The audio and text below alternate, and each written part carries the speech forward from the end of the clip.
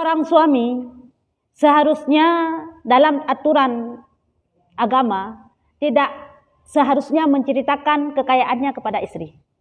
Seorang suami tidak seharusnya menceritakan kekayaannya kepada si istri. Tidak seharusnya menceritakan penghasilannya kepada si istri. Karena kebanyakan istri-istri ini jika banyak uang suami, banyak yang dihabiskan. Ya. Jadi intinya sebagai suami, maaf ya, walaupun dalam rumah tangga ini mesti saling terbuka, sebenarnya dalam hal harta tidak usah diceritakan. Saya adik penghasilan begini. Karena parah si istri ini, parah ya, yang parah. Kalau misalnya dia suaminya penghasilannya sedikit, itu baju yang murah-murah udah dia terima. Penghasilannya banyak sedikit, kemancara apa bi kegop, bekegopnya mendung. Kamu mulai baju yang di toko-toko. Penghasilannya suami tinggi lagi, ke butik-butik. Yang jadi yang murah-murah ya. Ya, itulah si is. Jadi dalam rumah tangga ini seharusnya suami tidak menceritakan. Kalau misalnya memang sudah lazim dan sudah diketahui oleh si istri penghasilan suami seberapa. Dalam hal itu si suami ini punya ibu. Ibunya ini maaf kita bilang misalnya miskin. Ya, setelah miskin sakit-sakitan lagi. Maka dalam hal ini si suami dalam memberi nafkah bukan hanya untuk istri yang wajib dia berikan, tetap wajib untuk orang tuanya. Ya, ketika si suami ini punya penghasilan dan membagi penghasilan tersebut untuk orang tuanya sekian, untuk istrinya sekian, maka si istri ini tidak boleh menuntut. Ya, tidak boleh mengatakan kepada suami, kenapa kasih orang tua ada kan kita belum nyojeh tayo atau kita kubah atau pulen, kenapa kasih? Ini tidak boleh. Ya, jadi kita sebagai istri ini harus menerima berapa yang mampu dikasih oleh suami. Hai, suami saya mampu. Kenapa penghasilannya 6 juta? Cuma yang tak habis juk kemak sagai. Nah, orang tuanya itu juga kewajiban dia memberi nafkah. Jadi intinya ya, bagi suami yang melakukan demikian, suami ini tidak berdosa, dia sudah adil antara istri dan orang tuanya. Jadi bagi kita istri, janganlah marah-marah ya. Orang tua dia, orang tua kita juga. Ya. Orang tua dia, bagaimana dia sayang kepada orang tuanya, begitu juga kita harus sayang kepada orang atau mertua kita.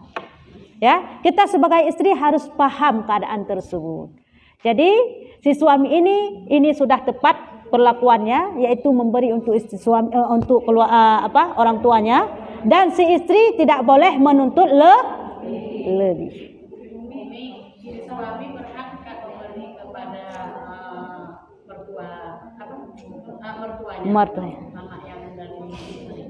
Tidak. Ya. Seperti kita bilang tadi, apabila orang tua miskin, anak kaya, maka wajib atas anak memberi nafkah kepada orang tuanya. Orang tua siapa? Orang tuanya, bukan mertua. Ketika mertua miskin, apakah wajib atas atas menantu kita untuk memberi nafkah untuk kita karena kita miskin? Jawabannya tidak. Yang wajib adalah untuk dari anaknya. Dari anak apa? Anak laki-lakinya. Makanya beranak jangan mesti ada laki-laki, mesti ada perempuan. Ya.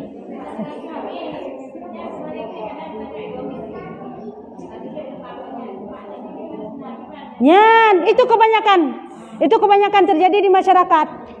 Tayo dakun. Rana bang bek langian. Kemak rana 10 ribu, kemak long 50 ribu kan habis. Itulah suami yang baik.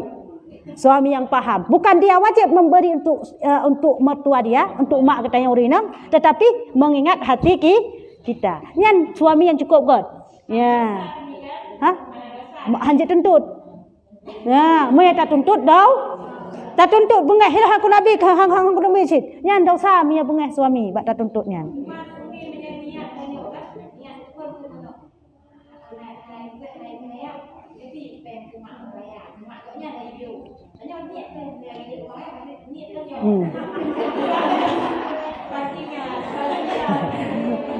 Hai, nyan istri yang betul. Nyan istri betul.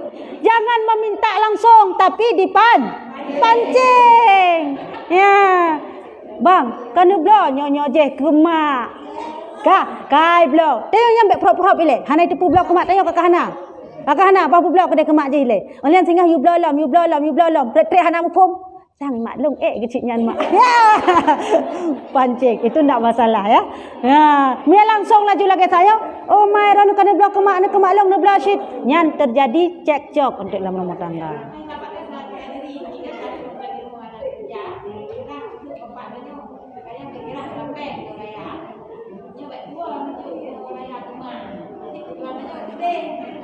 Tidak masalah ya. Ya, nak pupu. Tidak melangkah. Ya, nak salah.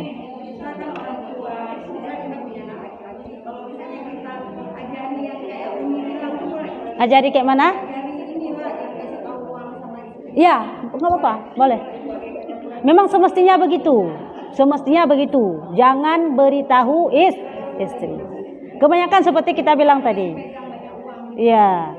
Karena begini dia, kita perempuan ya, sifat pelit ini bagus saat ada pada perempuan. Tidak bagus saat ada pada laki-laki. Ya, jadi wanita-wanita yang pelit sebenarnya bagus. Ya, yang pelit. Wah. Ya. Wanita-wanita pelit adalah pelit dalam membelanjakan harta suaminya, mampu menjaga harta suami. Baik le nak peng lako le habis. Tapi mi wanita pelit ada le peng lako tetap kubah. Itu istri yang bagus. Ya, suami yang pelit ini tidak bagus. Pelit untuk istri boleh kita curi. Ya. Dicuri. Ya. Bukan enggak mau bersedekah begitu. Maksudnya pelit tidak boros dalam mempergunakan harta suami. Ya, maksud harta suami le. Baiklah tak pakai baju yang lebih mahal tanya. Yang kamu bazir. Ya, hal itu yang dilarang. Jadi dia tanya istri yang pelit, nian tetap kalian yang biasa-biasa hal terlalu lah dah pakah. Kaji inti ji cari darah baru, minta darah baru yang pelit.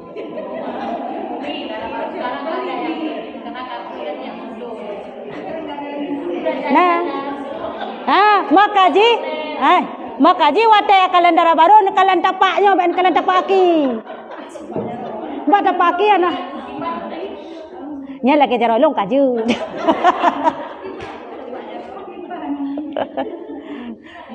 Kalian laki kalau kita untuk melamar boleh melihat dalam ilmu fikah jid takalan jaro dan muka. Nya jid kalian. Jaro putra dak yang darah baru long nakrit puan nakrit. Nakrit tak tahu nakrit kan. Alah loncok aju yang nakrit tak ngai ibi kelong kan kero ni ibi tu kegop ibi. Ya hek tu. Kaji minta ya.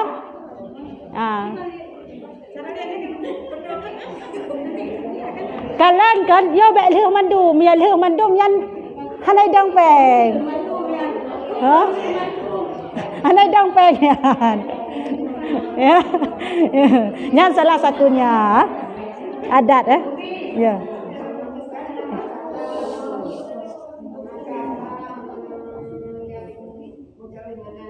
Ya.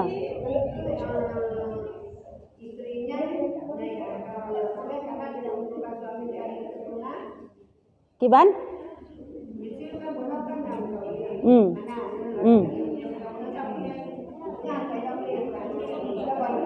Ya.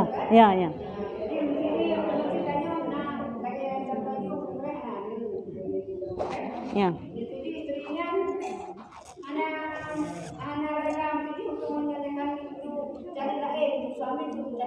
Padahal yang ada keturunan.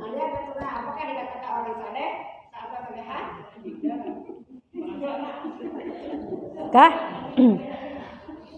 Seorang istri yang tidak punya keturunan, tapi dia tidak mengizinkan suaminya menikah lagi atau tidak rela istilahnya lah.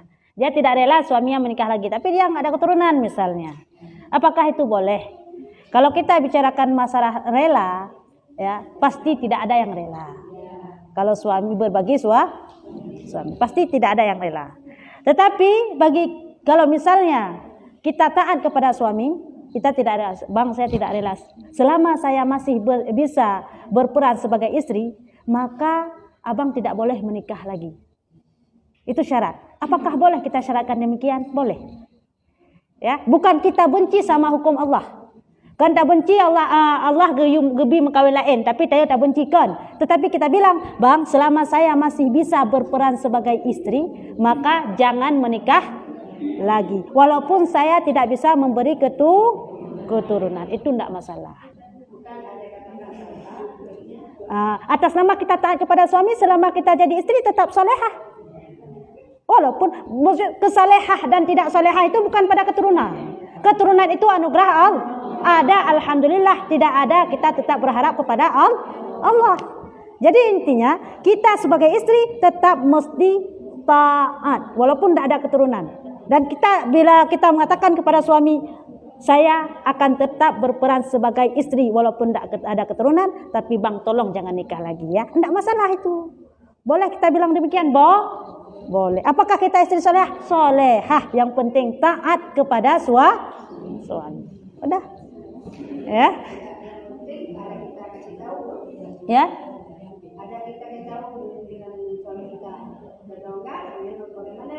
Ya, kasih tahu bagaimana? Kasih tahu? Pasti suami sudah tahu lah. Ya. Misalnya suami sekarang kedepu anak turunan tanya. Betul kan suami? Alah, walaupun lakinya tetap belum kahwin cingak nana. Kita tidak boleh melarang. Intinya kakak bukan cuma permintaan kita tadi, tolong jangan menikah lagi, saya masih bisa berperan sebagai itu boleh, tetap dikatakan istri solehah. Yang penting taat ya.